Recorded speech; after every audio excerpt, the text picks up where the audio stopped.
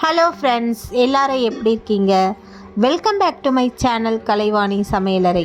இன்றைக்கி நம்ம சேனலில் என்ன வீடியோ பார்க்க போகிறோம் அப்படின்னா, ஒரு க்ளீனிங் ரொட்டீன் வீடியோ தான் பார்க்க போகிறோம்.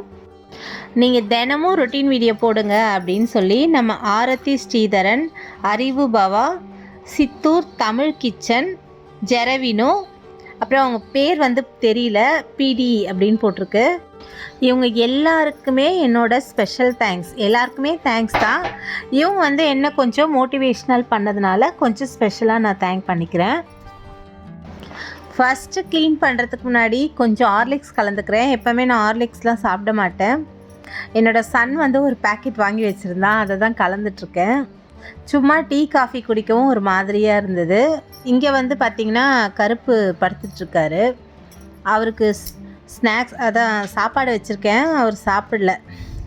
அவர் குட்டியெல்லாம் இங்கே பேக் பண்ணி வச்சுருக்கார் பத்திரமா. ஏன்னா நான் எடுத்துடுறேன்னா, அதனால் குட்டிங்களெல்லாம் கூட்டிகிட்டு வந்து கீழே சேஃப்டி பண்ணி வச்சுருக்காரு.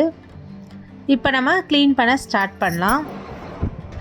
அதுக்கு முன்னாடி வந்து பார்த்திங்கன்னா கருப்பு வந்து செஞ்சால் ஒரு சின்ன குட்டி சேட்டையை பாருங்கள்.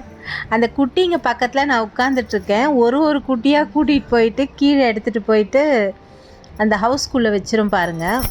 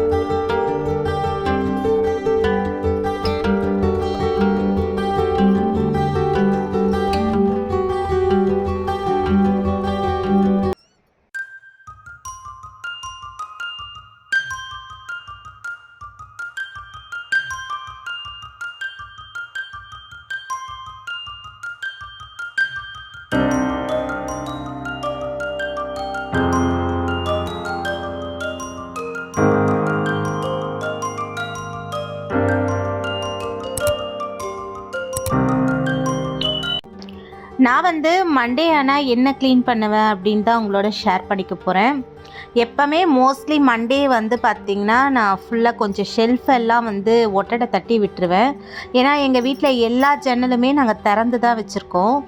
அதனால் ஃபுல்லாக டஸ்ட்டாக தான் இருக்கும். அதனால் வந்து ஃபஸ்ட்டு வந்து ஒட்டடை தட்டுறதுக்காக இந்த மாதிரி ஒரு கிளாத் தான் நான் எடுத்திருக்கேன். இது நார்மல் கிளாத் தான் இது. இதை வச்சு தான் ஒட்டடை தட்ட போகிறேன். அதனால் ஃபஸ்ட்டு வந்து இப்போ தான் புதுசாக பெட்ஷீட் தலைக்காணி உரெல்லாம் போட்டிருக்கோம். அதனால் அதை எடுத்து வச்சுட்டு அதுக்கப்புறமா வந்து ஒட்டடை தட்டலாம் அப்படின்னு சொல்லிட்டு அதையெல்லாம் எடுத்துகிட்ருக்கேன். இப்போ இந்த கேமராவில் தெரியுதான்னு எனக்கு தெரில, ஃபுல்லாக டஸ்ட்டாக தான் இருக்குது பாருங்கள். நான் வந்து எப்போவுமே வீக்லி ஒன்ஸ் வந்து ஃபுல்லாக க்ளீன் பண்ணி தான் வைப்பேன். ஆனால் அப்போ கூட வந்து டஸ்ட்டு வந்து நிறைய சேர்ந்துடும். ஃபர்ஸ்ட் வந்து நம்ம எப்போவுமே ஒட்டடை தட்டுறதுக்கு முன்னாடி மேலே வந்து ஒட்டடை தட்டிக்கணும். ஏன்னா இங்கே க்ளீன் பண்ணிவிட்டு நீங்கள் மேலே ஒட்டடை தட்டினீங்க அப்படின்னா நீங்கள் தட்டுறதே வேஸ்ட்டாக போயிடும். அதனால் ஃபர்ஸ்ட் வந்து ஒட்டடையை வந்து நம்ம வந்து ஃப்ளோரில் தட்டிக்கலாம். அங்கே ஃபுல்லாக தட்டி முடிச்சதுக்கப்புறம் நீங்கள் ஃபேனை வந்து நல்லா தொடச்சிடுதுங்க. ஏன்னா ஃபேன்லேயும் நிறைய டஸ்ட் இருக்கும். டஸ்ட் இருந்தால் உங்களுக்கு காற்று வராது. இந்த டிப்ஸ் வந்து பார்த்திங்கன்னா பிக்னஸ்க்காக தான் சொல்கிறேன். நிறைய பேருக்கு தெரிஞ்சிருக்கலாம், தெரியாதவங்களுக்காக தான் நான் சொல்கிறேன். அதனால் நான் ஃபஸ்ட்டு வந்து பார்த்திங்கன்னா மேலே ஃபேனெல்லாம் தொடச்சிட்டு அதுக்கப்புறம் ஒரு ஷெல்ஃபாக க்ளீன் பண்ணிக்கலாம் அப்படின்னு சொல்லிவிட்டு நான் வந்து எடுத்து வச்சிட்ருக்கேன். நேற்று சண்டே வந்து என்னோடய சன் வந்து ஏசியெல்லாம் க்ளீன் பண்ணார். அந்த டஸ்ட்டு மொத்தமாக வந்து பார்த்திங்கன்னா இந்த ஷெல்ஃபில் தான் இருக்குது. அதனால் சரி அதையும் அப்படியே ஒட்டடை தட்டி விட்டுடலாம் அப்படின்னு சொல்லிட்டு அதெல்லாம் க்ளீன் பண்ணிகிட்டு இருந்தேன்.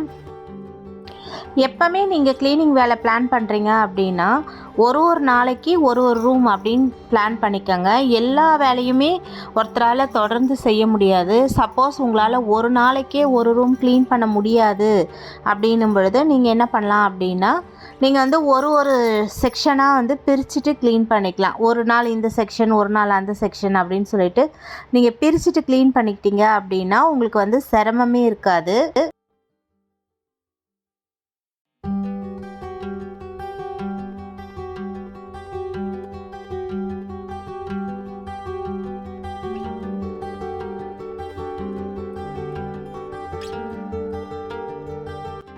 உங்கள் ஷெல்ஃபுக்கு பக்கத்தில் இந்த மாதிரி ஜன்னல் இருந்தது அப்படின்னா ஃபஸ்ட்டு ஜன்னலில் இருக்க ஒட்டடை எல்லாமே தட்டி விட்டுருங்க. ஏன்னா ஜன்னலில் இருக்க ஒட்டடை நீங்கள் வந்து அடுக்கி முடிச்சதுக்கப்புறம் ஜன்னலில் ஒட்டடை தட்டிங்க அப்படின்னா அந்த டஸ்ட்டு ஃபுல்லாக நீங்கள் தட்டின அந்த மறுபடியும் வந்து அந்த ஷெல்ஃபுக்கே வந்துடும். நீங்கள் தட்டியும் அது வேஸ்ட்டாக போயிடும். அதனால் ஃபர்ஸ்ட் வந்து ஜன்னலை நல்லா தொடச்சிடுங்க. அந்த கம்பி, அதுக்கப்புறம் வந்து பார்த்திங்கன்னா அந்த கதவு, அது எல்லாமே வந்து நல்லா துணி போட்டு ஒரு தடவை தொடச்சி விட்டுருங்க. நீங்கள் மாதத்துக்கு ஒரு தடவையோ இல்லை 2 மாதத்துக்கு ஒரு தடவையோ நல்லா ஈர துணி வச்சு ஃபுல்லாக க்ளீன் பண்ணிக்கலாம். மற்ற டைம் வந்து லைட்டாக தொடச்சி விட்டிங்கனாலே போதும், ஓரளவுக்கு நல்லா பளிச்சுனே இருக்கும். மோஸ்ட்லி நான் எப்போவுமே இந்த ரூமை கொஞ்சம் க்ளீனாகவே தான் வச்சுருப்பேன். ஏன்னா எங்களுக்கு வந்து தனியாக ஹால் அப்படின்னு எதுவுமே கிடையாது. நீங்கள் நிறைய வீடியோவில் பார்த்துருப்பீங்க, நீங்கள் வந்து ஹோம் டூரும் பார்த்துருப்பீங்க அப்படின்னு தான் நான் நினைக்கிறேன். எங்கள் வீட்டுக்கு யார் வந்தாலுமே இந்த ரூம் கூட்டிகிட்டு வந்து உட்கார வச்சு தான் பேசுவோம். அதனால் இந்த ரூமை எப்போவுமே நான் கொஞ்சம் நீட்டாக க்ளீனாக தான் வச்சுக்குவேன். நான் இருக்கிற வரைக்கும் அதை நல்லா க்ளீனாக வச்சுருப்பேன். குட்டீஸ்க்கு சப்போஸ் லீவ் விட்டுட்டாங்க அப்படின்னா அவங்க வந்து எல்லாத்தையுமே கலைச்சி போட்டுருவாங்க. ஏன்னா வரவங்க வந்து இந்த ரூம் என்ன இப்படி போட்டு வச்சுருக்காங்க. ஏன்னா ரீசண்டாக எங்களோட ஃப்ரெண்டு ஒருத்தவங்க வந்திருந்தாங்க. அப்போ வந்து வீடெல்லாம் நான் நீட்டாக க்ளீனாக தான் வச்சுருந்தேன். ஆனால் வந்து பார்த்திங்கன்னா வெளியில் தோட்டம் வந்து பசங்க ஒரே கலாட்டா. இந்த 1.5 மாதம் லீவ் விட்டதில் தோட்டத்தை ஃபுல்லாக நாஸ்தி பண்ணி வச்சுட்டாங்க. அவங்க உள்ளே வரும்போதே என்ன கலை இப்படி போட்டு வச்சுருக்கு அப்படின்னு கேட்டாங்க. எனக்கு ரொம்ப கஷ்டமாகிடுச்சு, இந்த மாதிரி கேட்டுட்டாங்களே அப்படின்னு. எனக்கு மோஸ்ட்லி இந்த மாதிரி குப்பை கூலமாக போட்டு வைக்கிறது பிடிக்கவே பிடிக்காது. எனக்கு உடம்பே முடியலனாலும் நான் வீட்டை வந்து நீட்டாக க்ளீன் பண்ணிக்கிட்டே தான் இருப்பேன். அதுக்கே என்னோடய ஹஸ்பண்டே திட்டுவாங்க, நீ கொஞ்ச நேரம் கூட சும்மாவே இருக்க மாட்டியா அப்படின்னு சொல்லிட்டு. ஏன்னா எனக்கு சின்ன வயசுலேருந்தே பார்த்திங்கன்னா வீடு நீட்டாக சுத்தமாக அதை பார்த்து பார்த்து நான் பழகிட்டதுனால எப்போவுமே எந்த வேலையுமே நான் நீட்டாக முடிக்கணும் அப்படின்னு தான் ரொம்ப ஆசைப்படுவேன். அதனாலே மோஸ்ட்லி வீட்டை வந்து நல்லா சுத்தமாக வச்சுக்குவேன்.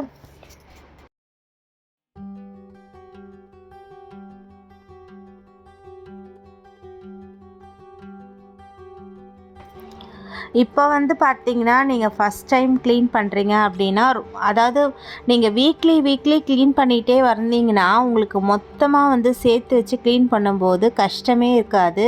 சிலர் வந்து மந்த்லி க்ளீன் பண்ணுவாங்க. இப்போ நான் வந்து பார்த்திங்கன்னா இந்த ரூம் வாரம் க்ளீன் பண்ணுறதுனால எனக்கு வந்து பெருசாக வந்து சிரமம் தெரியாது. டஸ்ட்டு தொடச்சி விட்டுட்டே இருந்துருவேன். இப்போ இதே நான் மாதக்கணக்காக போட்டு வச்சுருந்தேன் அப்படின்னா எனக்கு க்ளீன் பண்ணுறதுக்கு ரொம்ப சிரமமாக இருக்கும். அதனால் நீங்கள் வந்து க்ளீன் பண்ண போகிறீங்க அப்படின்னா வீக்லி இந்த வேலையெல்லாம் பண்ணிக்கோங்க. இப்போ நான் எப்படி பிளான் பண்ணுவேன் அப்படின்னா, இப்போ மண்டே வந்து எப்படி இருந்தாலும் நான் வீடு தொடச்சிடுவேன். ஏன்னா மண்டே வந்து எங்கள் வீட்டில் நான்வெஜ் மோஸ்ட்லி இருக்காது. அப்படியே இருந்தாலும் கொஞ்சமாக ஏதாவது மீன் குழம்பு அது மாதிரி தான் மீந்திருக்கும். அது வந்து என்னோடய ஹஸ்பண்ட் வந்து சிந்தாமல் சாப்பிட்ருவாங்க. இருக்கிறதையே நான் பசங்களுக்கு வந்து லஞ்சுக்கு கட்டி கொடுத்துருவேன். அப்போ என்ன பண்ணுவேன் அப்படின்னா, நான் வந்து வீடை வந்து மண்டே இந்த மாதிரி க்ளீன் பண்ணி விட்டுட்டு ஃபுல்லாக தொடச்சி விட்டுருவேன். ஏன்னா எப்படியோ நான் மண்டே வீடு துடைக்க தான் போகிறேன். அதனால் லைட்டாக டஸ்டெல்லாம் தட்டி விட்டு க்ளீன் பண்ணிவிட்டு ஃபுல்லாக தொடச்சி விட்டுருவேன். இப்போ செவ்வாய்க்கிழமை அப்படின்னும் பொழுது சில நேரத்தில் வந்து மாவு எதுவும் காலி ஆகிடுச்சி, மாவு இல்லை அப்படின்னா மாவு வந்து ரெடி பண்ணி வச்சுக்குவேன். இல்லை அப்படின்னா துணி துவைச்சிருவேன். ஏன்னா திங்கக்கிழமை இந்த வேலை ஃபுல்லாக போயிடுச்சு அப்படின்னா மறுநாள் வந்து செவ்வாய்க்கிழமை வந்து துணி துவைக்கிற வேலை வச்சுக்குவேன். புதன்கிழமை வந்து பார்த்திங்கன்னா மாவு போட்டுக்குவேன். வியாழக்கிழமை வந்து பார்த்திங்கன்னா பூஜை வேலை தான் ஃபுல்லாக இருக்கும். அன்னைக்கு வந்து பார்த்திங்கன்னா நான் துணியும் துவைக்க மாட்டேன், அதே மாதிரி க்ளீனிங் வேலையும் வச்சுக்க மாட்டேன். பூஜைக்கே எனக்கு டைம் சரியாக இருக்கும். பூஜை ரூம் ஃபுல்லாக க்ளீன் பண்ணி பாத்திரம்லாம் விளக்கி அதை செட் பண்ணி கோலம் போடுறதுக்கே எனக்கு டைம் கரெக்டாக இருக்கும். அதனால் வந்து அன்றைக்கி எந்த வேலையும் வச்சுக்க மாட்டேன். வெள்ளிக்கிழமையும் துணி துவைக்க மாட்டேன் நான் மோஸ்ட்லி. ஏன்னா வெள்ளிக்கிழமை துணி துவைச்சிட்டு சாமி கும்பிட்றதுக்கு ரொம்ப லேட் ஆகும் அப்படின்றதுனால நான் அந்த வேலையும் அப்போ வச்சுக்க மாட்டேன்.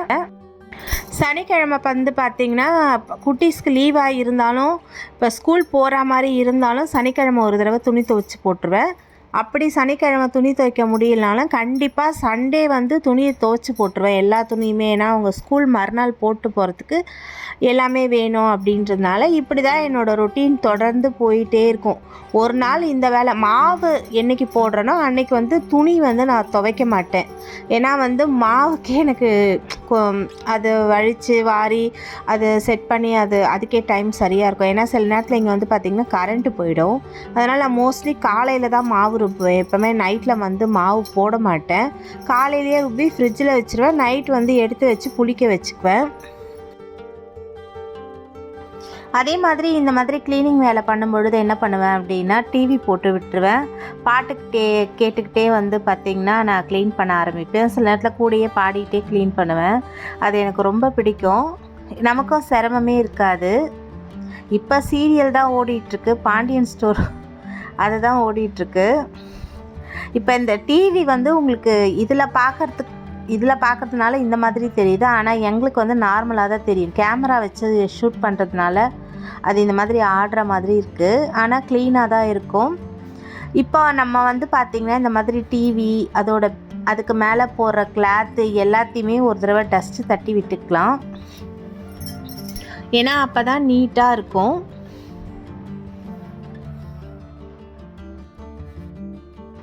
இப்போ இந்த ஷெல்ஃபை எல்லாமே தான் நான் க்ளீன் பண்ண போகிறேன். இது வந்து ரொம்ப குட்டியாக இருக்குது இடம். அதனால் நான் க்ளீன் பண்ணுறதுக்கு முன்னாடி ஒரு தடவை காமிச்சிடுறேன் உங்களுக்கு. அப்புறம் க்ளீன் பண்ணிவிட்டு ஒரு தடவை காமிக்கிறேன். இந்த இடத்த கண்டிப்பாக என்னால் ஷூட் பண்ண முடியாது. இடையிடையே முடிஞ்சால் ஷூட் பண்ணி போடுறேன்.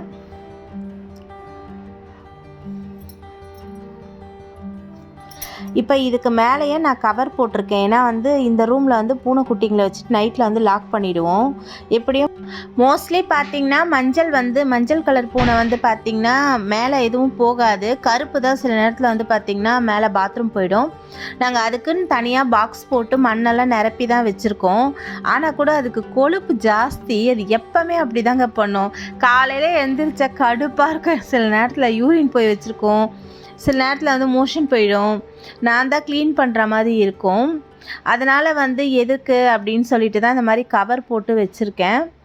இப்போ கொஞ்ச நாளாக வந்து எதுவும் வெளியே கீழே போகிறது கிடையாது. அந்த ட்ரேல தான் போகுது. ஆனால் வந்து இருந்தாலும் ஒரு சேஃப்டிக்கு இருக்கட்டும் அப்படின்னு சொல்லி தான் நான் கவர் போட்டு வச்சுருக்கேன். இப்போ நான் கிச்சனுக்கு தான் வந்திருக்கேன். கிச்சன் ஷெல்ஃபையும் ஒரு தடவை ஒட்டரை தட்டிக்கலாம் அப்படின்னு சொல்லிட்டு வெளி பக்கமாக இருந்து ஜன்னலில் வந்து ஒட்டரை தட்டிகிட்ருக்கேன்.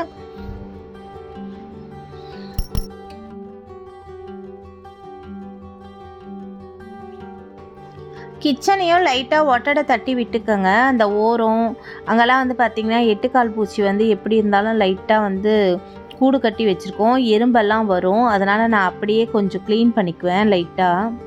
மோஸ்ட்லி கிச்சனில் அந்தளவுக்கு டஸ்ட்டு வந்து இருக்காது. ஏன்னா நம்ம சமைக்கிறதுனால கொஞ்சம் பிசுன்னு தான் இருக்கும். அதையும் கொஞ்சம் நீட்டாக க்ளீன் பண்ணிக்குவேன் நான்.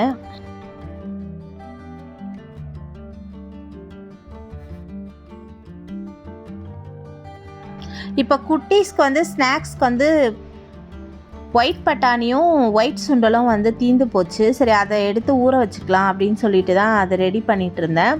அந்த 2 மட்டும் கொஞ்சம் கம்மியாக இருந்ததுன்னா டக்குன்னு வந்து சன்னா மசாலா பண்ணிக்கலாம். ஏதாவது பட்டாணி மசாலா பண்ணனாலும் பண்ணிக்கலாம்.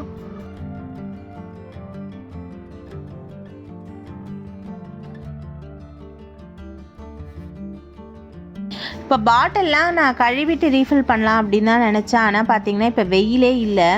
நான் பாட்டிலை கழுவிட்டேன்னா அது பேக்கெட்டோடையே இருக்கும். அப்புறம் எறும்பு வந்துடும்.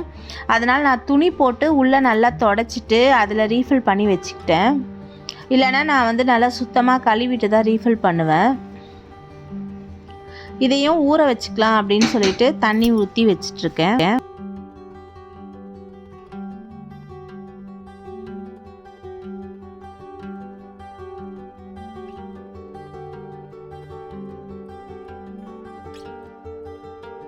லாஸ்ட்டாக வந்து பார்த்திங்கன்னா சிங்க்கு தான் நான் க்ளீன் பண்ணிகிட்ருக்கேன். சிங்க் எப்படி க்ளீன் பண்ணுவேன்னு சொல்கிறேன்.